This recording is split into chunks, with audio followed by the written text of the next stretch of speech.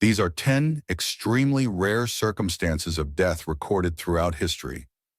They might have probably caused their own death. 1.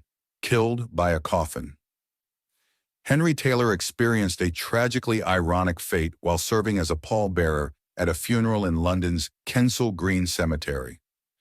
The incident unfolded during a solemn service in November 1872, when Taylor, in a moment of misfortune, stumbled over a stone while carrying his end of the coffin. As he fell to the ground, the other pallbearers, caught off guard, inadvertently lost their grip on the coffin, which then came crashing down on him. Witnesses described the chaos that ensued among the mourners. The Illustrated Police News reported on the scene, noting that the sight of Taylor sprawled on the ground beneath the coffin created the greatest confusion among those present. The widow of the deceased, unable to comprehend the sudden turn of events, nearly fainted from the shock, exacerbating the already heavy atmosphere of grief. Tragically, Taylor did not survive the accident. He suffered severe crush injuries, with the full weight of the coffin landing directly on his jaw and chest. The irony of a man tasked with honoring another's life, losing his own in such a manner, was not lost on those who knew him. In the wake of the incident, sensationalist reporting began to twist the narrative surrounding Taylor's death. A friend and fellow pallbearer, known by the initials GAN, felt compelled to set the record straight in the Evening Standard.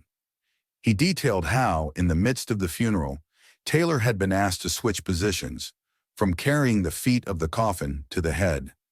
As he made this change, he tripped over the feet of another pallbearer, which caused the imbalance that ultimately led to the coffin's disastrous fall. Gann was adamant in his defense of his friend, stating, "We did not simply leave the coffin and allow him to be crushed." He expressed a deep concern for how sensationalist journalism could distort the truth, writing to ensure that the memory of Taylor would not be marred by an account that portrayed his fellow pallbearers as callous or neglectful.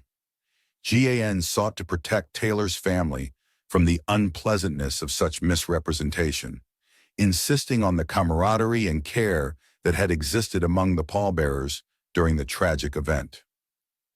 This tragic incident serves as a poignant reminder of the fragility of life and the often unforeseen twists of fate that can occur even during moments meant to honor those who have passed. 2. A farmer, Wesley Parsons, laughed himself to death. In a bizarre turn of events that seems almost too strange to be true, the small town of Laurel, Indiana, witnessed a tragic episode in 1893 involving farmer Wesley Parsons. Nearly 80 years before Monty Python's character Ernest Scribbler famously crafted the funniest joke in the world, Parsons became the unwitting star of a tale that would forever blend humor with tragedy. On that fateful day, Parsons was enjoying a light-hearted gathering with friends, sharing jokes and laughter in the warm atmosphere of his rural community. Laughter filled the air as they exchanged stories and playful jabs, but little did they know that Parsons would soon take the concept of humor to an unforeseen extreme. As he chuckled at one particularly amusing anecdote, he was suddenly seized by uncontrollable fits of laughter. What began as a joyous moment quickly escalated. Parsons laughed so heartily that his friends were both amused and concerned. They watched as he continued to chuckle, seemingly unable to catch his breath.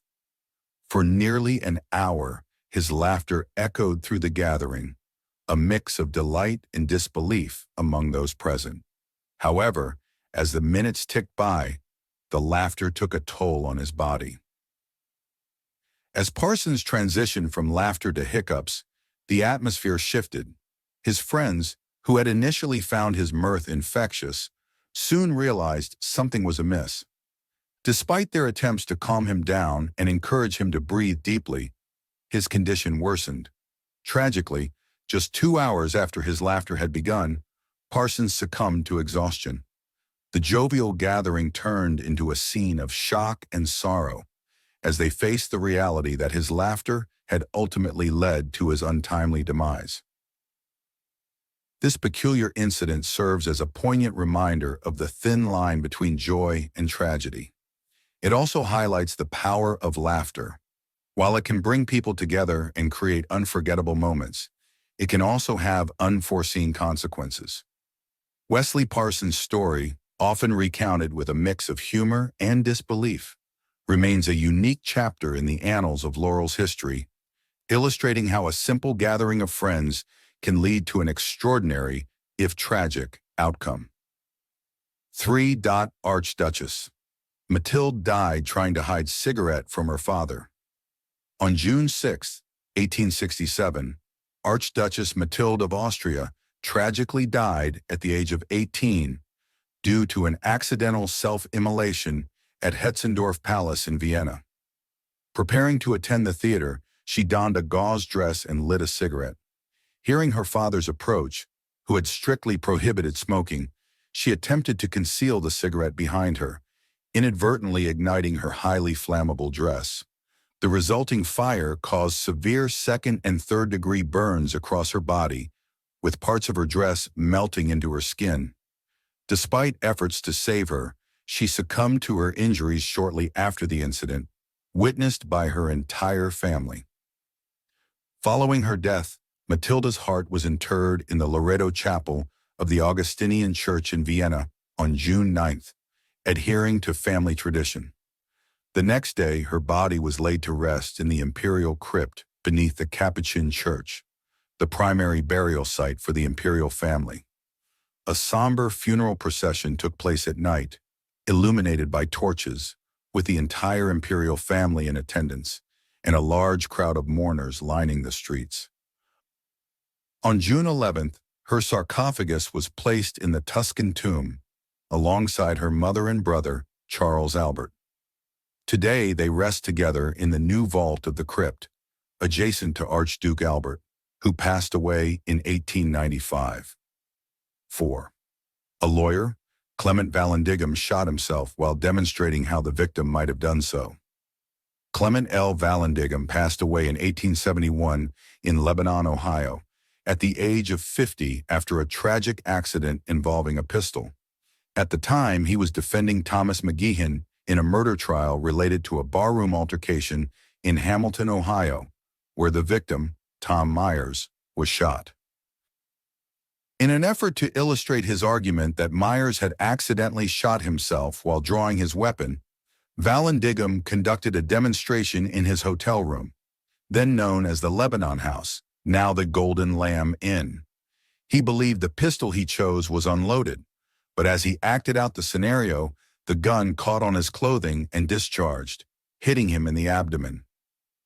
Despite being mortally wounded, Vallandigham's demonstration successfully convinced the jury, leading to McGeehan's acquittal. Tragically, McGeehan would later be shot to death in his saloon 4 years later. Surgeons attempted to locate the bullet thought to be lodged near Vallandigham's bladder, but were unsuccessful. He succumbed to peritonitis the following day. In his final moments, Vallandigham expressed his belief in that good old Presbyterian doctrine of predestination. He was survived by his wife, Louisa Anna McMahon Vallandigham, and their son, Charles. He was laid to rest in Woodland Cemetery in Dayton, Ohio. 5. Adelbert Stone Hay fell asleep and died from falling from a window. Hay was the eldest son of John Milton Hay, a notable figure who served as both the United States Secretary of State and Ambassador to Great Britain, and Clara Louise Stone. He completed his education at Yale University in 1898. In the early 1900s, Hay took on the role of United States Consul in Pretoria, South Africa, amid the tumult of the Boer War. During his tenure, he was responsible for overseeing 6,000 British prisoners of war and managing the financial interests of British citizens in the region. Tragically, on June 23, 1901, Hay lost his life after falling 60 feet from a window at the New Haven House in New Haven, Connecticut.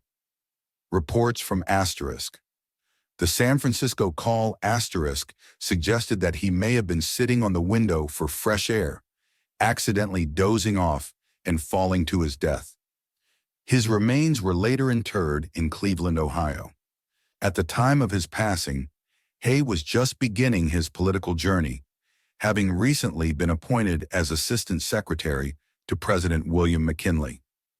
The loss deeply affected his parents, who were left grief-stricken by the untimely death of their son. 6. Patrick Dolan died while attempting to board the train. Born in Coatbridge, Scotland, to Irish parents, Dolan's early life was marked by hardship and labor. At just 8 years old, he began working at a local colliery, contributing to his family's income while navigating the challenging conditions of the coal mining industry. In 1888, seeking better opportunities, Dolan emigrated to the United States, where he settled in McDonald, Pennsylvania. He quickly resumed his work as a miner, joining the ranks of countless immigrants who sought to build a new life in the burgeoning industrial landscape of America. Dolan's experiences in the coal mines of Pennsylvania mirrored those of his youth in Scotland, as he faced long hours, dangerous conditions, and the ever-present threat of accidents. Tragically, in 1910, Dolan's life was cut short in a sudden and unfortunate accident. While waiting for a train at a station in Pittsburgh, he fell asleep, exhausted from his tireless labor. When he awoke, he realized the train was departing. In a frantic attempt to board, he rushed towards the moving train but lost his footing and fell under its wheels, resulting in his untimely death. His passing was mourned by friends and family, as well as the mining community that had come to know him as a hard-working and kind individual.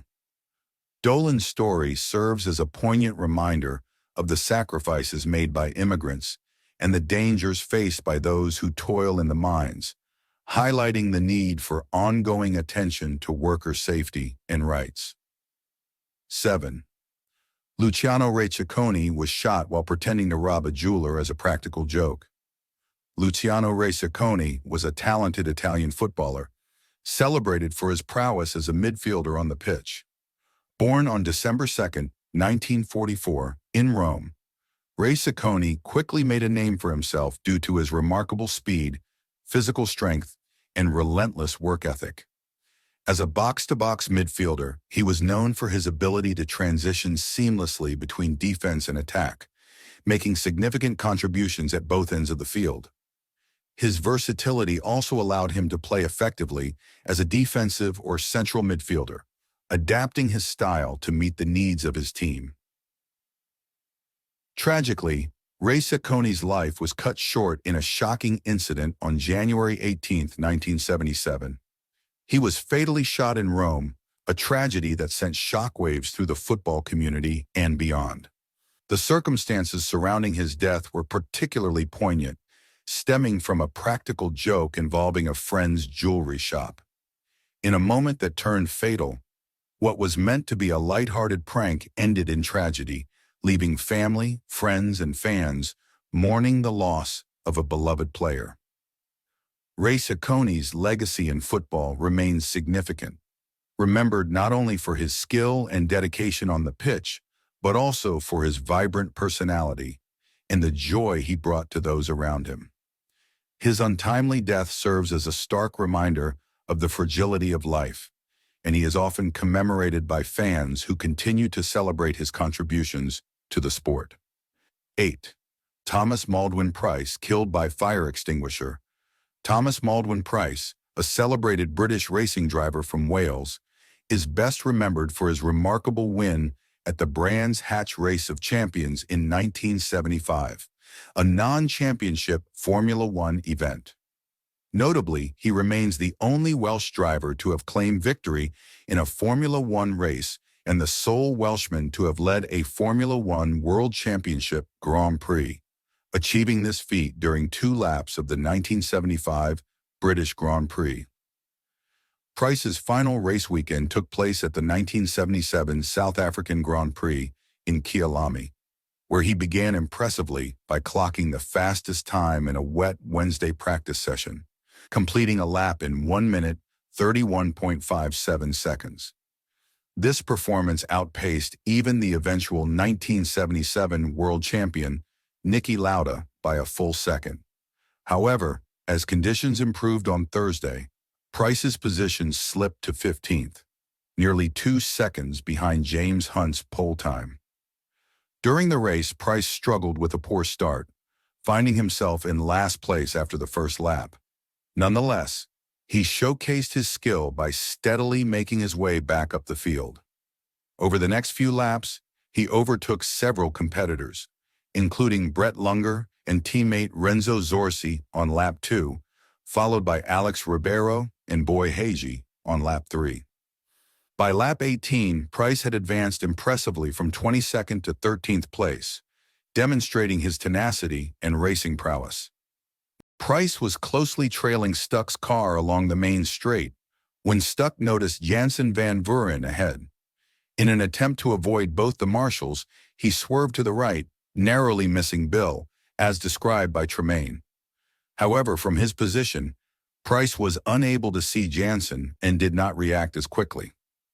At around 270 kilometers per h, 170 miles per hour, he collided. The impact was catastrophic, throwing Jansen into the air and causing him to land just in front of Zorzi's car, where he suffered fatal injuries.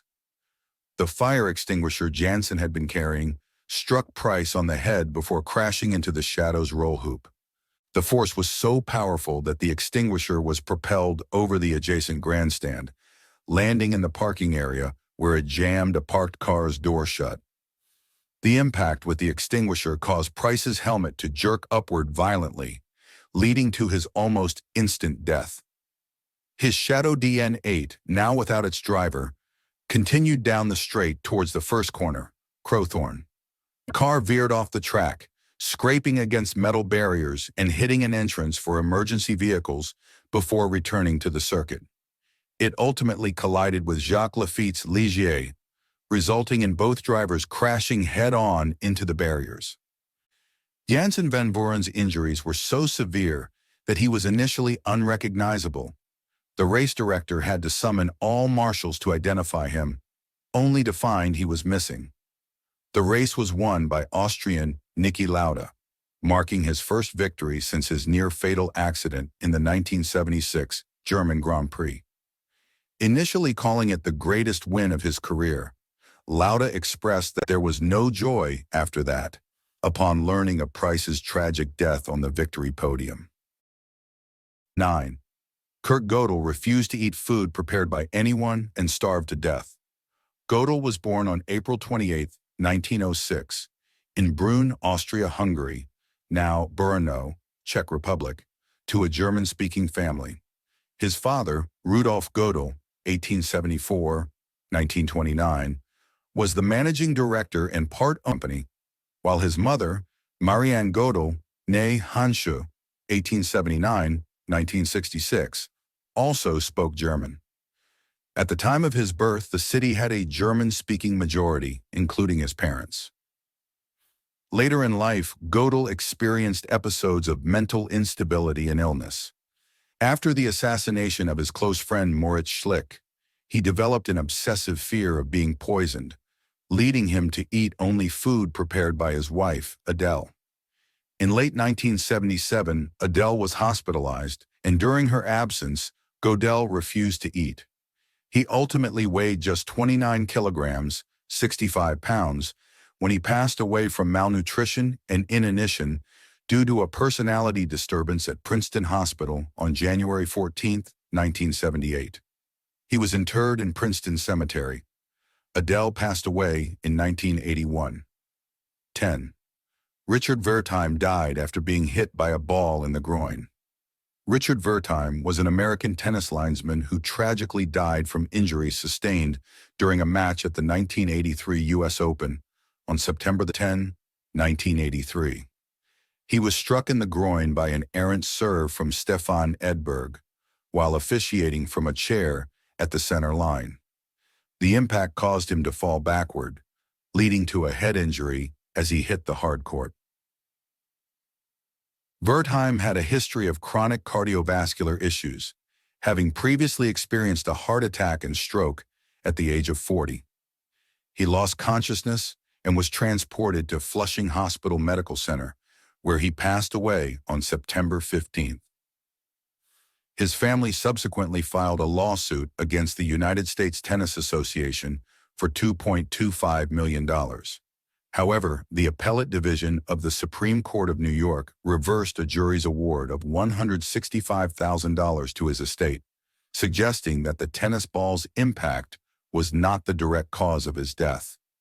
In response to this incident, the International Tennis Federation, ITF, implemented a policy prohibiting linesmen from sitting during matches. Please don't forget to subscribe.